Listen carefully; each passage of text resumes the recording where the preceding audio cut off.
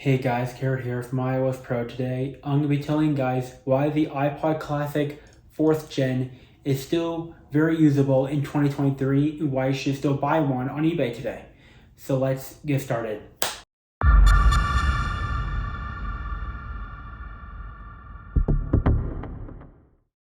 So the iPod Classic 4th generation came out about 18 years ago. That's how long it has been since the iPod came out. And I was actually around when this iPod came out and the iPods that came out before that as well.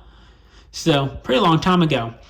And even after 18 years, this iPod is still very usable even to this day for at least a few reasons. Sorry, my brightness keeps going up. Like for three reasons in general. First one is, if you guys have lots of devices or you guys are a device collector and you got too many devices linked to your Apple ID, then try to download a song, you'll get this error. It says you've reached the device limit for this Apple ID.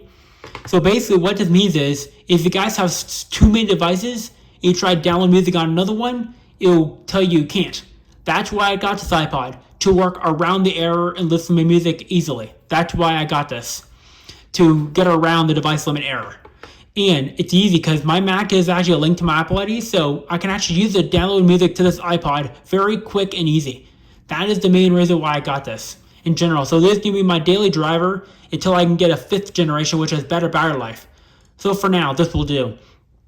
Because the iPod Classic 4th Gen and earlier, they share the same battery connector as the iPod Mini 1st generation.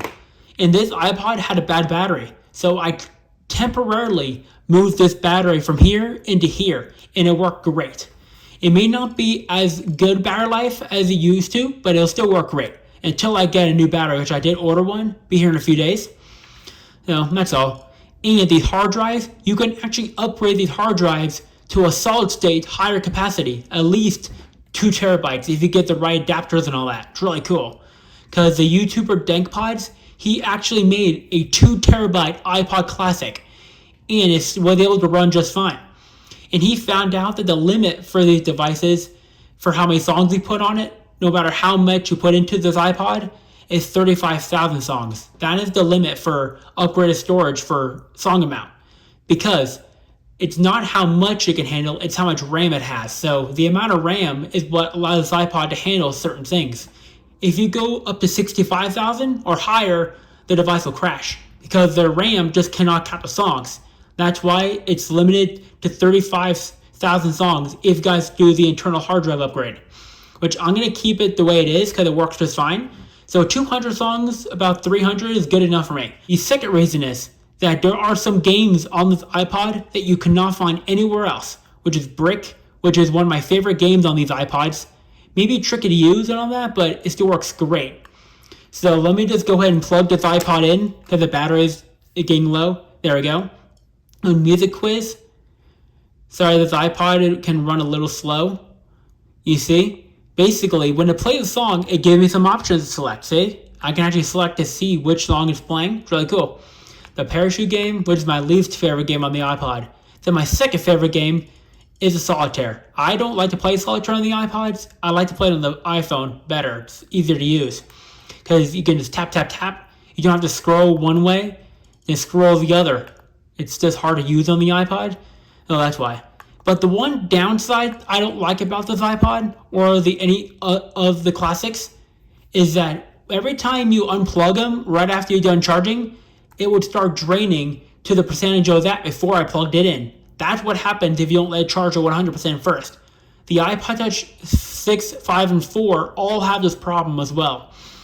So that's the downside. And the second downside, it takes up to 4 to 6 hours to get this iPod charged up. So I would have to charge it at night rather than day in order to use it. That's the other downside about this. But I like how you can import all your photos here too. That's the other thing I like. Alright, so that is basically the iPod Classic 4th Gen in 2023. And I forgot to show you, I actually have an old photo from when I got my very first iPod Classic from 2016. So this is about 70 years ago. See, my 5th generation iPod Classic. I don't have it anymore due to a repair error I made. So I've learned when opening these iPods, don't stick the screwdriver too far in from the top. Otherwise, you may bust the LCD. I learned that myself. And to this day, I've used that lesson to be more careful on device repairs, even to this day. Believe me, it really helped. I also have some of the accessories from the old iPod as well, which is the disc, iTunes disc, the OG headphones. These still work, by the way.